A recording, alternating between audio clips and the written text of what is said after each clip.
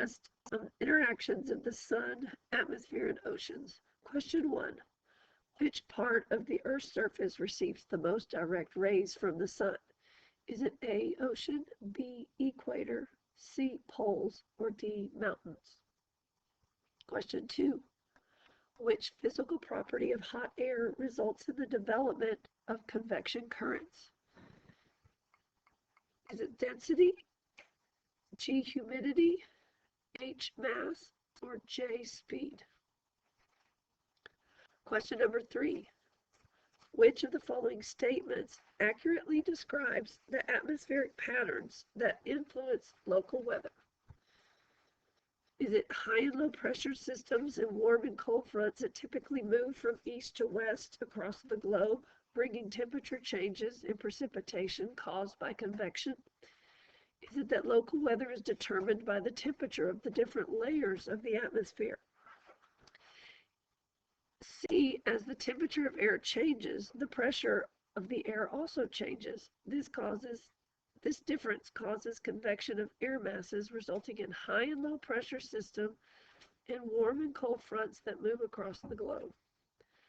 Is it D, air masses over warm bodies of water bring high pressure systems to coastal regions? Question 4.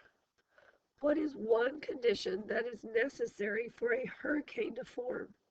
Is it F, warm ocean water, G, a strong cold front, H, cold ocean water, or J, a strong warm front? Question 5. 2 students are studying a map of the United States that shows July temperatures averaged over a 10-year period. One of them notices cities on the East Coast have warmer temperatures than cities at similar latitudes over on the West Coast. Which of the following is responsible for the difference in these temperatures?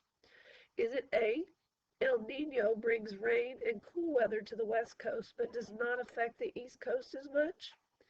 Is it B, the Pacific Ocean is larger and deeper than the Atlantic Ocean is, therefore it's colder than the Atlantic Ocean? Is it C, ocean currents from the tropical Atlantic warm the East Coast, while currents from the northern Pacific cool the West Coast? Or D, during the summer, the East Coast is often hit by hurricanes, which bring warm air as they move along the coast? Question number 6. If this weather system continues to move in the same general direction for the next 24 hours, what changes in weather should the residents of Minneapolis expect? Is it F, the temperature will increase and the conditions will be dry? G, the temperature will drop and precipitation should be expected? H, the temperature will increase and precipitation should be expected? Or J, the temperature will drop and conditions will be dry? Question number 7. The front that is moving across the United States is most likely heading toward the southeast because A, all wind patterns in the United States move in a southeastern direction. B, the southeastern portion of the United States is dominated by high pressure air systems. C, the prevailing jet stream moves cold air from polar areas in an eastern direction across the United States. Or D, a hurricane is likely forming in the Gulf of Mexico. Question 8. The type of weather front located on the map above is a F, cold front, G, warm front, H, stationary front, or J, occluded front? Number 9. Earth spins on its axis, creating 3 belts of circulation. The belts of circulation determine how warm air and surface currents in the oceans will flow. The flow acts to redistribute heat from the sun. Is it redistributing heat A, only to Earth's equatorial regions, or redistributing heat from the sun to the Earth's inner core? C, is it redistributing heat from the sun only to the Earth's poles? Or D, is it redistributing heat from the sun around Earth's surface? Question 10. The name given to the trend that global winds have of curving to the right in the northern hemisphere and to the left in the southern hemisphere is the F, revolutional force, G, Coriolis effect, H, frictional torque, or J, Kepler's curve. Question 11.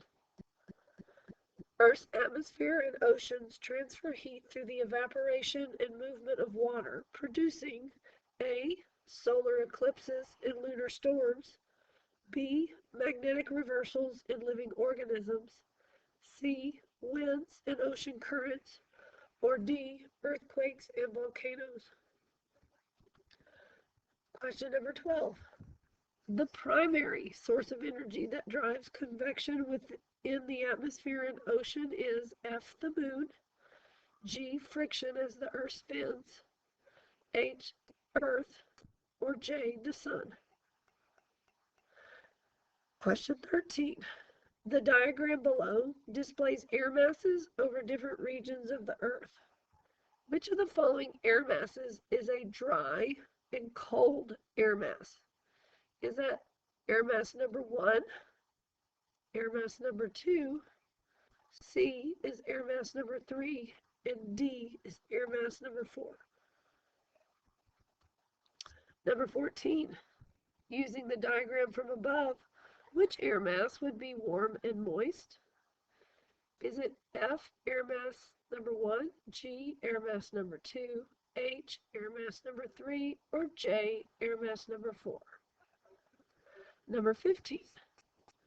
During the time period that an El Nino is occurring, is there A buildup of cold water off the west coast of South America? B, there is a buildup of warm water off the west coast of South America when trade winds weaken? Is it C, the trade winds get stronger and a cooling of the surface water of the ocean occurs?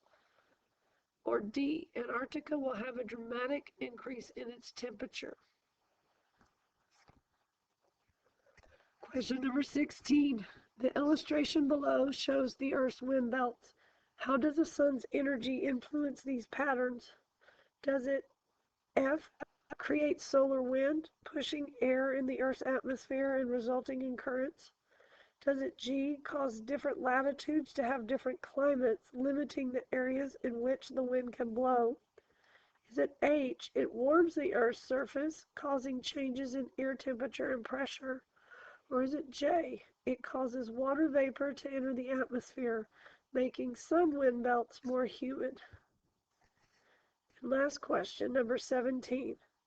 The weather woman just spoke about wind speeds of 10 to 15 miles per hour, relative humidity of 75%, and the pressure being 29.87 inches of mercury and rising. What instruments were used to measure these quantities? Was it A, a wind vane, a psychrometer, and a thermometer? B, a windsock, a spring scale, and a psychrometer? Is it C, an anemometer, a barometer, and a seismograph? Or D, anemometer, barometer, and psychrometer?